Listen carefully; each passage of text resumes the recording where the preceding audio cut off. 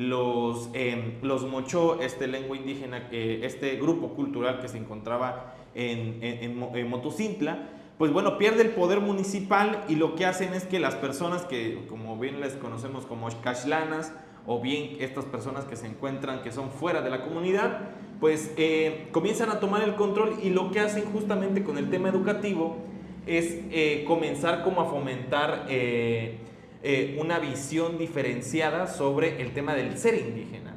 Es decir, hablar mi lengua resultaba algo incorrecto, preservar mi traje era algo incorrecto. Entonces, justamente hubo, yo lo podría decir, una campaña de persecución. Te Claro. lo digo ¿por qué? Porque inclusive los presidentes municipales en ese momento hacían que a los papás los detenían e inclusive mandaban policías afuera de las casas a que mandaran a sus hijos para que aprendieran el español y olvidaran el mocho. Y hoy el día el mocho